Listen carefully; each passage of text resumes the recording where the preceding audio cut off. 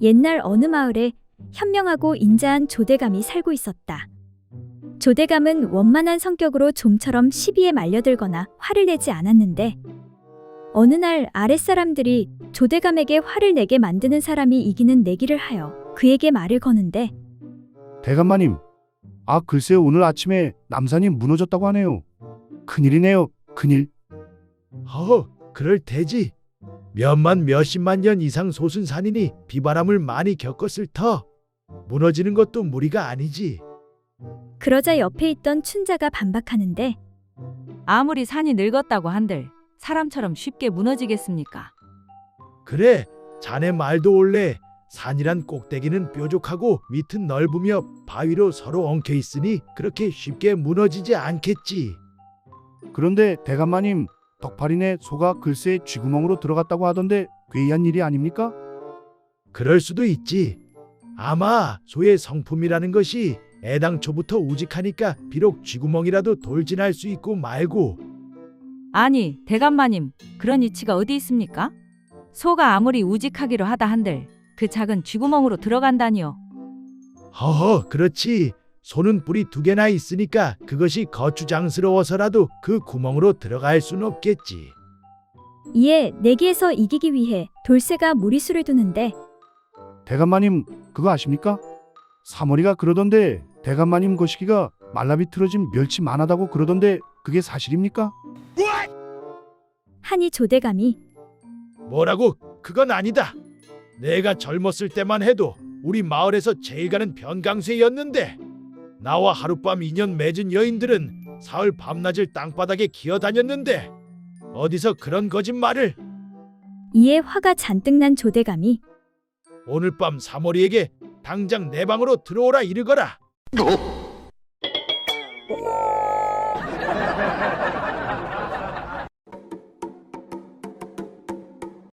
옛날 어떤 부부가 한낮에 심심하기 그지없어 문득 그 생각이 간절해졌다. 그러나 곁에 67살 되는 아들과 딸이 붙어 있어 어쩔 수 없었다. 이에 마음이 다급해진 아버지는 아이들을 바깥으로 내보낼 작정으로 너희들은 이 대바구니를 가지고 앞개울로 가서 작은 물고기를 잡아오너라. 저녁에 끓여 먹도록 하자. 하니 아이들이 바구니를 가지고 나오다가 서로 말하기를 부모님이 우리에게 바구니를 가지고 물고기를 잡아오라 하시는 것은 아무래도 우리를 속이고 맛있는 것을 잡수려고 하는 것일지 몰라. 그러니 우리 밖에서 엿보아 알아보는 것이 좋겠다. 하고 손가락에 침을 발라 문에 구멍을 뚫고 방 안을 엿보았다. 방 안에서는 부부가 그 일을 치르느라 한참 삼매경에 빠져 있었다. 이때 남편이 아내에게 묻기를 이 맛이 어떻소? 하니 아내가 꼭 땅속으로 내려 들어가는 것 같아요. 그럼 당신은 어떤가요? 하고 물으니 남편이 나는 정말 하늘 위로 올라가는 것 같소. 그렇게 한참 만에 부부는 일을 마치고 주섬주섬 옷을 주워 입었다. 그때 마침 아이들이 바구니를 들고 들어오는 것이었다. 그런데 바구니에 물고기는 없고 참새 1마리와 지렁이 1마리가 들어있었다. 이에 아버지가 묻기를 아니, 왜 고기를 잡지 않고 이상한 것들을 잡아서 왔느냐? 하고 묻자 아이들이 말하기를 아버지는 하늘로 올라가고 어머니는 땅속으로 들어간다니 이거라도 드시라고 잡아왔어요.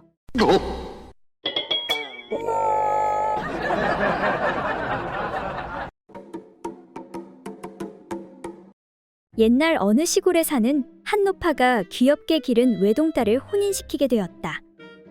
그런데 첫날 밤 노파는 마음이 놓이지 않아 신랑 신부가 잠자는 방문 앞에 서서 얘기를 엿들으며 방 안의 거동을 살피게 되었다. 얘가 첫날 밤을 잘 치를 수 있을까? 아무것도 모르는 순진한 앤데 걱정이 되는구나. 여보 마누라, 밤에 보니 참 곱네 고아. 자 어서 이리 가까이 오시오. 걱정과 달리 딸은 신랑의 조종에 잘 따르며 조화를 잘 이루는 것이었다. 역시 내 딸이야. 내가 괜한 걱정을 했네. 시간이 지날수록 딸은 지금껏 느껴보지 못한 황홀하고 신비한 감동에 젖어 가벼운 신음소리도 내며 신랑의 박자에 호응했다. 한참 그러다 딸이 신랑의 귀에 대고 말하길. 서방님, 너무 좋아요.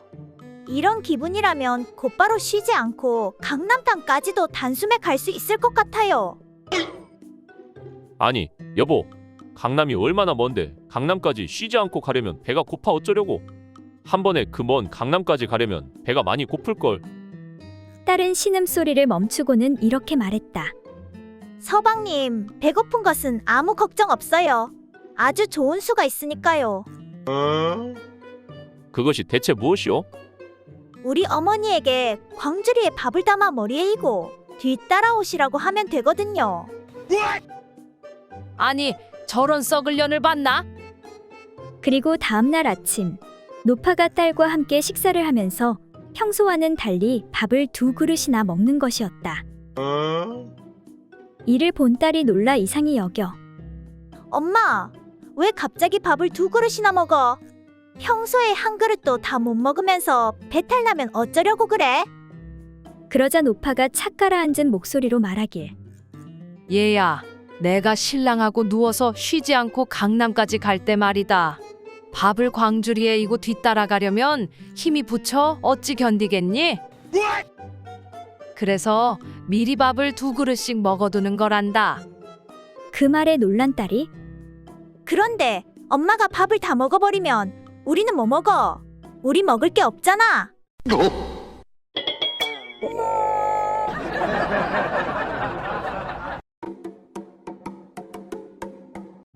옛날 어느 고을의 사또가 우연히 어떤 얘기를 듣고는 강한 호기심과 욕정을 느끼게 되었다. 이방은 잠깐 이리로 와보거라. 네, 사또 부르셨습니까? 거시기, 내 이런 말 하기 뭐한데 말이다. 최근 결혼한 관 노비인 칠구의 아내가 밖에서 들릴 정도로 흐느끼듯 운다는 소문이 있던데 그게 사실이냐? 네, 사또. 저도 직접 들은 적은 없으나 소문은 들어 알고 있는데 왜 그러시는지요? 그러니까 이거 참 말하기 뭐한데 비밀을 유지하겠느냐? 네, 사또. 절대 비밀을 지키겠습니다. 사실 우리 부인은 고귀한 집안 출신이어서인지 관계 때에도 늘 정숙한 태도를 유지한다네. 그러니 난 그게 늘 못마땅하고 재미가 없어서 말이야. 그래서 크게 우는 여자와 잠자리를 갖고 싶은 생각이 간절하거든. 사또, 그렇다면 저기 기생들도 많지 않습니까요? 그런데 왜 하필 노비의 아내를? 거야 기생들은 손님 비위 맞추려 가짜로 소리를 내는 것이지 않느냐? 이에 이방은 노비를 불러 이야기하는데 사또께서 이러쿵 저러쿵 그래서 자네 아내를 하룻밤만 빌려달라고 명하셨네. 그냥도 아니고 100냥이나 주신다고 말씀하셨네. 노비는 내키지 않았지만 어쩔 수 없이 사또의 명령에 따랐다. 네, 알겠습니다요. 하는 수 없지요. 그렇게 사또는 노비의 아내와 잠자리를 함께 했지만 사또가 아무리 노력해도 노비의 아내는 울지 않았다. 본인이 알고 있거나 주어들은 온갖 기술을 사용해도 아무 소용이 없었다. 이에 실망한 사또는 다음날 아침 그 노비를 불러 물었다. 이놈아, 내 놈의 처는 하룻밤 내내 내가 아무리 재주를 부려도 울지 않으니 어떻게 된 일이냐? 이거 소문과 다르지 않느냐? 그러자 노비는 황송하다는 어조로 말했다. 사또, 사실 흐느끼는 소리를 낸 사람은 아내가 아니라 바로 소인입니다요.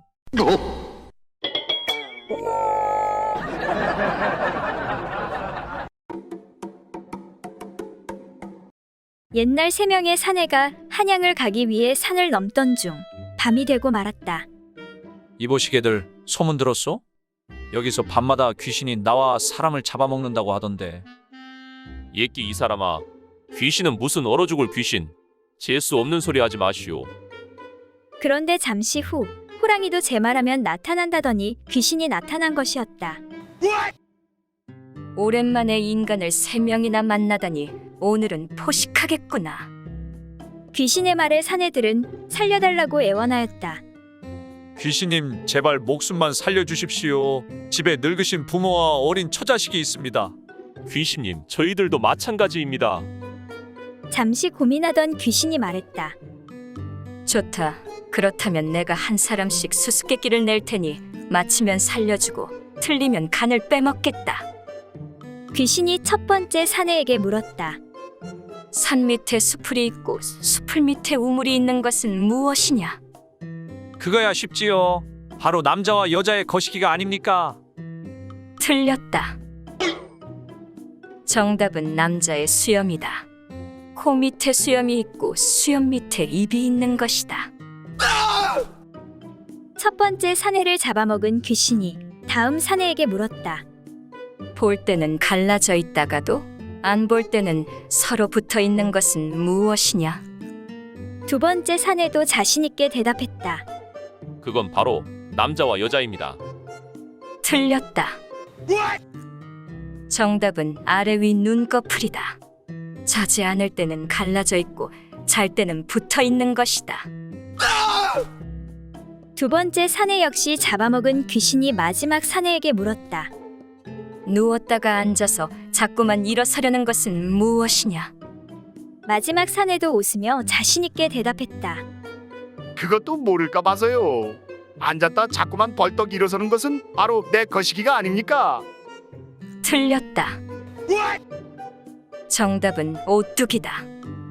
하지만 내 말도 일리가 있는 것 같으니 어디 한번 사실인지 확인해보고 살려주도록 하마.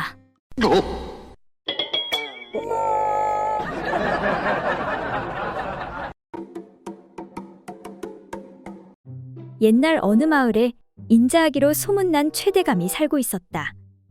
덕망 높은 그는 마을 사람들의 존경을 받는 인물이었는데 흠이 없던 그는 부인과 일찍 사별한 게 흠이라면 흠이었다.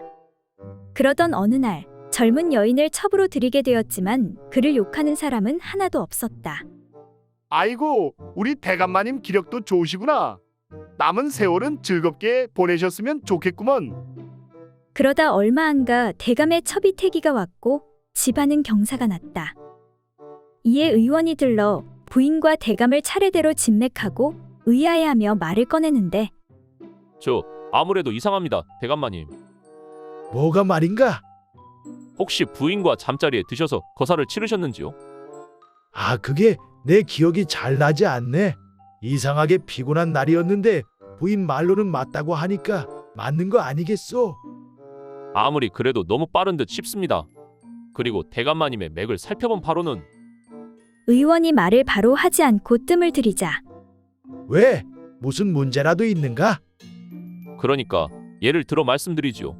산을 넘어갈 일이 있어 산을 넘는 도중에 말입니다. 호랑이를 만나게 됩니다. 그런데 가진 거라고는 나무 지팡이 한 자루밖에 없는 겁니다. 그래서 지팡이로 호랑이를 가리키자 호랑이가 화살에 맞아 쓰러지고 말았습니다. 이게 어떻게 된 상황이겠습니까, 대감마님? 그야 뭐 다른 사냥꾼이 쐈겠지. 제 말이 그 말입니다. 아마 다른 사냥꾼이 쐈을 것입니다. 진맥해보니 대감마님은 이미 씨가 말랐습니다. 다시 말해 아이를 가질 수가 없다는 말입니다. 이에 화가 난 최대감이 노발대발하며 야, 거기 밖에 아무도 없느냐? 예, 대감마님. 모두 연장 챙기거라. 지금 당장 사냥꾼 박씨 집으로 쳐들어간다.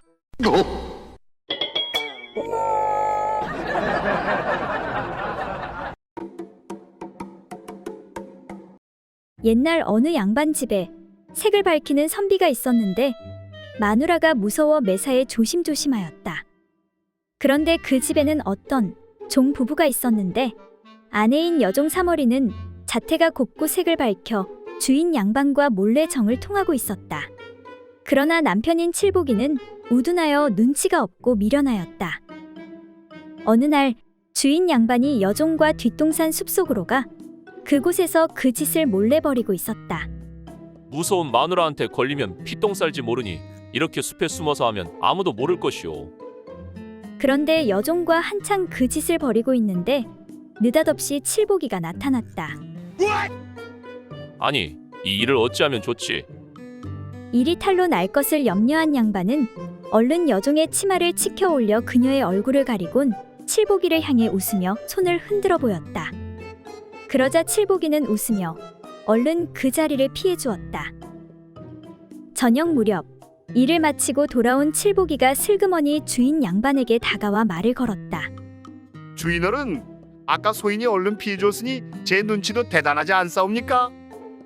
이에 주인 양반이 말했다. 아무렴 기특하고 말고 칠복이 자네 영 미련한 줄 알았는데 다시 봤어. 만일 내가 재빨리 피해주지 않았다면 서로 얼마나 무안했겠는가.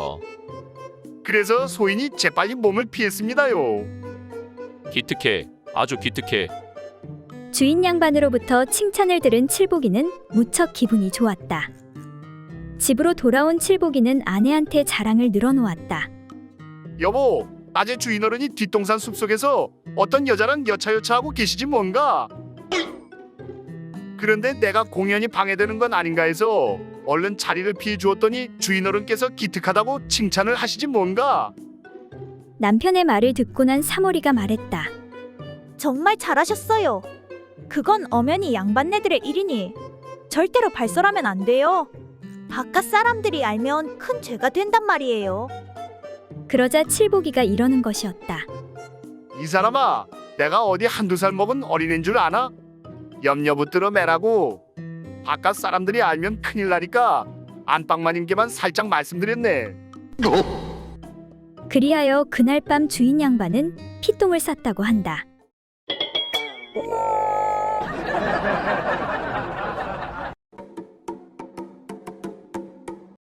옛날 어떤 선비가 아름다운 첩을 두고 있었다. 하루는 첩이 고향을 잠시 다녀오겠다고 청하니 선비는 첩을 호위시키기 위해 종들 중 남녀간의 음사를 모르는 순진한 녀석을 보내려 하였다. 그리하여 가장 어린 종인 칠복이를 부르는데 이보거라, 칠보가 이리 좀 와보거라. 네 어르신 부르셨습니까? 내 놈은 옥문이 무엇인지 아느냐? 옥문 말씀이십니까? 그것은 옥수수를 넣어둔 창고 문이 아니옵니까? 엉큼한 칠복이는 일부러 어리석게 대답하였다. 그래, 내 놈이 가면 되겠구나. 선비는 종의 말에 크게 기뻐하면서 첩의 호위를 하게 하였다. 그렇게 집을 떠난 첩과 종이 어느 냇가에 당도하였을 때 첩은 종에게 말 한 장을 풀게 하고 잠깐 쉬게 하였다. 칠보가 여기서 좀 쉬다 가자꾸나. 네, 작은마님. 쉬는 동안에 칠복이는 개울에서 미역을 감는데 첩이 칠복이의 물건을 보니 생각보다 크고 좋게 보여 희롱에 가로되 칠보가 너의 양다리 사이에 고기로 된 막대기 같은 것이 있는데 그것이 대체 무엇이냐? 하고 물으니 날 때부터 작은 혹부리 같은 것이 있더니 점점 도달하면서 오늘날에 와서는 이만큼 커졌습니다요. 하고 대답하자 첩이 말하길 나도 날 때부터 양다리 사이에 작은 구멍이 있더니 점점 커져서 지금은 깊은 구멍이 되었으니 너의 그 뾰족한 막대기를 나의 움푹 패인 곳에 넣으면 짝이 딱 맞을 것 같구나. 하고 수작을 부려 드디어 두 사람이 즐거운 일을 하게 되었다. 한편 선비는 어리석은 종에게 첩의 호위를 맡겼으나 마음이 놓이지 않아서 가만히 뒤를 밟다가 언덕 위에 이르러 두 사람이 하는 짓을 보니 남녀간에 그 일을 하는 것 같이 보였다. 이에 분노가 치밀어 언덕을 내려와 가로되 야 이것들아, 방금 무슨 일을 하였느냐? 내 언덕 위에서 다 보았느니라. 하고 소리치니 종이 주머니 속에서 바늘과 노끈을 꺼내 무엇을 꿰매려는 신용을 하는 것이었다. 야 이놈아, 지금 무엇을 하느냐? 하고 물으니 종이 울먹이며 말하길 작은마님께서 저 깊은 개울을 건너시다가 혹시나 물에 빠지실까 하여 소인이 작은마님의 몸에 한 곳이라도 상처가 나지 않도록 조심껏 받들어 모시고자 하나. 배꼽 아래 두어치 되는 곳에 한 치 정도 되는 구멍이 있어서 그 깊이를 가히 측량할 수 없어 혹시 풍독이라도 입게 되면 어쩌나 하고 겁이 나서 지금 곧 그것을 꿰매려고 하는 중입니다. 라고 대답하니 선비는 종의 어리석음에 크게 기뻐하며 너의 마음은 참 진실하구나. 그러나 그것은 본래 붙어 있는 구멍이니 삼각 꿰매지 말거라. 내 주인어른, 알겠습니다요. 그때 선비가 의아해하며 다시 묻는데 그런데 이놈아, 너는 왜 아까부터 거시기를 꺼내놓고 꿰매려는 것이냐?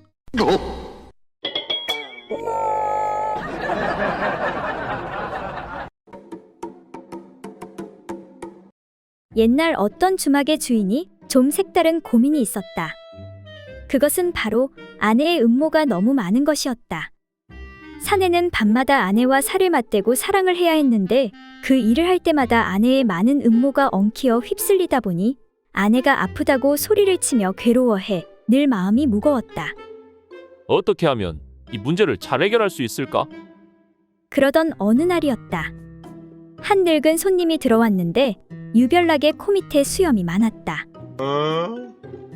이를 본 주인은 혼자 중얼거렸다. 아니, 저렇게 수염이 온통 입을 덮고 있으니 음식을 도대체 어떻게 먹을까? 마침 저녁 식사가 준비되어 주인은 밥상을 들고 가서 손님 앞에 놓고 나온 뒤 한동안 지켜서서 어떻게 식사를 하는지 살펴보았다. 그러자 손님은 주머니에서 끈으로 만든 둥그런 종이고리 2개를 꺼내는 것이었다. 그리고는 수염을 입 양쪽으로 갈라서는 그 종이끈 고리에 거는 것이었다. 그러자 그 많던 수염이 양쪽으로 정연하게 갈라져 입으로 음식이 들어가는데 전혀 지장이 없었다. 이를 본 주인은 무릎을 탁 치면서 옳거니 저렇게 하면 되겠구나. 어르신 정말 감사합니다. 한 가지 잘 배웠습니다. 하고 크게 소리를 질렀다. 이에 손님은 이상하게 여겨 물었다. 이보시오 주인장, 무엇을 배웠다고 그렇게 좋아하는 것이오? 예, 손님. 사실은 소인의 처가 음모가 너무 많아 잠자리를 할 때마다 그 털이 휩쓸려 들어가 아프다고 해서 늘 괴로웠습니다. 그런데 지금 손님께서 그 많은 수염을 양쪽으로 깨끗이 갈라 식사를 하는데 전혀 지장이 없게 하시는 것을 보고는 제 처에게도 그렇게 하면 되겠다 생각하니 너무 기뻐 그만 소리를 지르게 되었습니다. 정말 송구스럽습니다. 이 말을 들은 손님은 소리를 내어 웃으며 수염 정리해 줄 마누라가 있다니 정말 부럽네 부러워.